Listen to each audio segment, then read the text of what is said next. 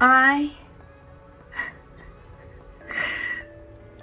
Today has been a day, I have to tell you. I have not slept at all. I've been awake for more than 24 hours at this point.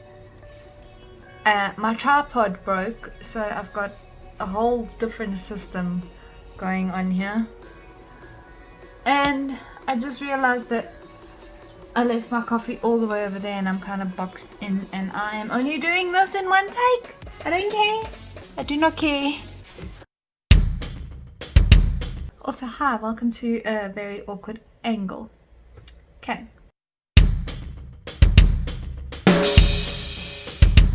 Hello, hi. Okay. My eyes are burning. I'm sure that's normal.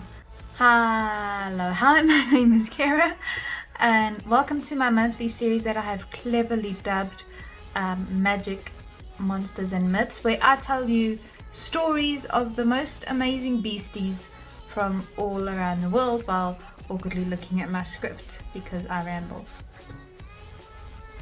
I'm a writer, mostly specializing in fantasy, paranormal, supernatural type stuff.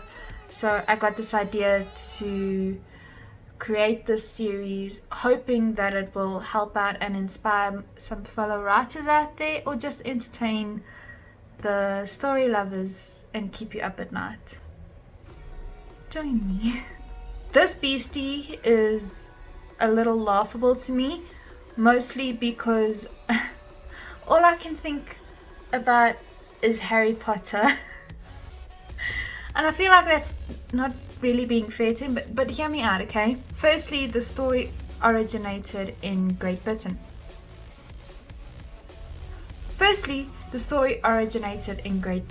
Okay?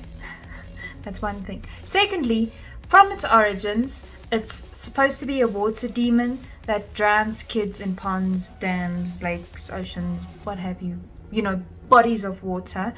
And it is often compared to a Grindylow monster, which made me think of gillyweed. Okay, that's a stretch, but I'm taking it. Thirdly, in the American version, this beastie lives under the stairs. Who else lives under the stairs? Okay, the stairs? Harry Potter? Is Bloody Bones and Rawhead? Change my mind. Okay, but let's look away from that totally possible conspiracy theory and take a look-see into Bloody Bones and Rawhead. Did I call it Bloody Rose earlier? I'm so tired. Okay.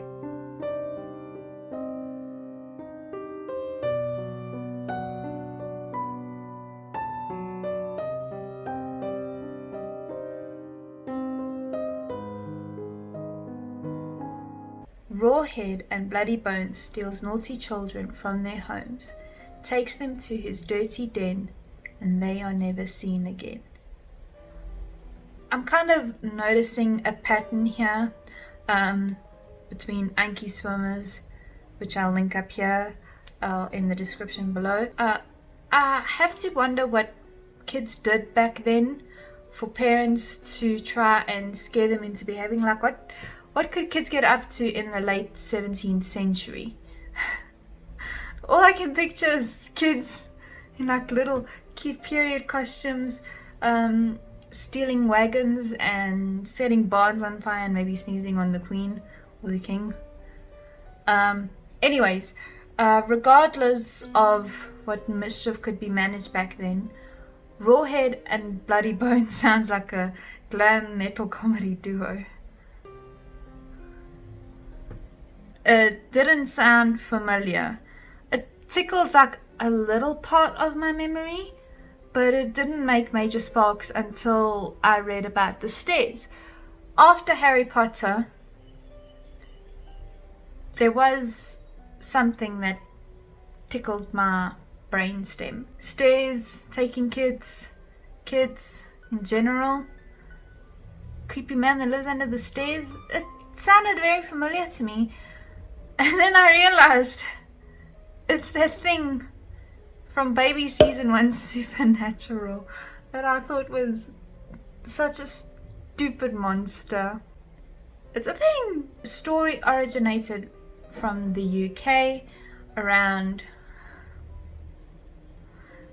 the Lancashire, Yorkshire, I don't know how to say that area, but some sources say that it originated in Ireland around 1550 or 1564. There weren't really concise dates, but those were the dates that or the years rather, that I've found most common in my research. So my guess is when they sailed across the seas to the USA, they took the story on the boat with them, and from there it shifted into something else.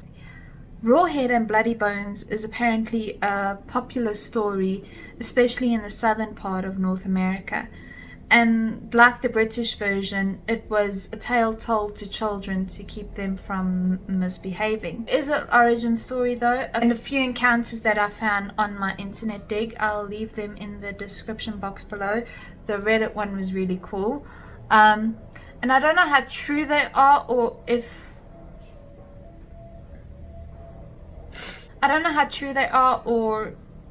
if they're just stories like everything else, but they were spooky, I'll give them that. Anyway, on to the story. Story goes that there was a witch that lived alone up in the woods, and she had a very loved companion in a razorback hog with an ugly snout and red markings that she affectionately named Rawhead.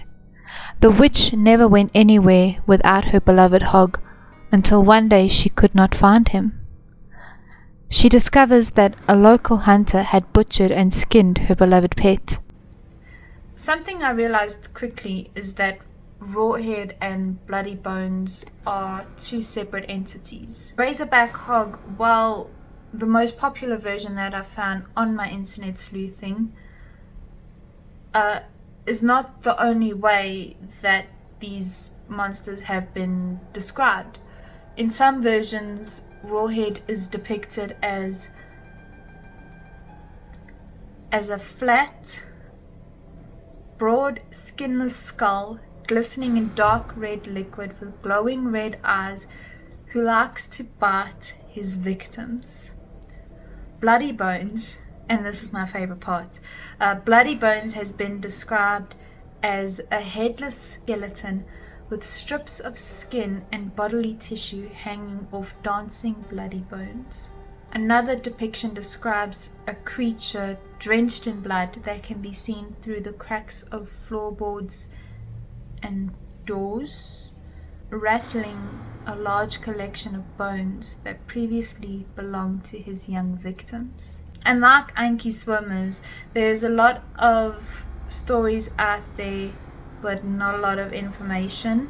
I suppose I have to consider the factors that in the late 17th century, telling stories is the equivalent of basically watching YouTube videos now. Back then, when something happened, something that was just slightly out of the ordinary, it was so easy to blame the devil or witches, magic. I think now it's not so easy to convince kids that magic, monsters and myths are real. For all we know, maybe they are real and they're just too busy watching YouTube too. And of course, maybe it is just a story. And seeing as I write about monsters, my advice to deal with Bloody Bones and Rawhead, I don't know, an electrocution seemed to work for Dean. I mean, it nearly killed him. But then again, what hasn't? I feel like this video is messier than normal. Not that I have a system. Nothing was going right today, so I do apologize about that. But that, my beasties, is the story of Bloody Bones and Rawhead. If you enjoyed this video, please be sure to hit it, like it, ring it. I hope you're all staying safe and healthy. If you're not doing okay, like me, that's okay too. I'm sending strength through the screen, and I hope tomorrow will be a better day for you. If you have any magic monsters and myths you want me to lose more sleep on, be sure to comment down below, and love you, and I'll see you later. Bye. Let's try it like this.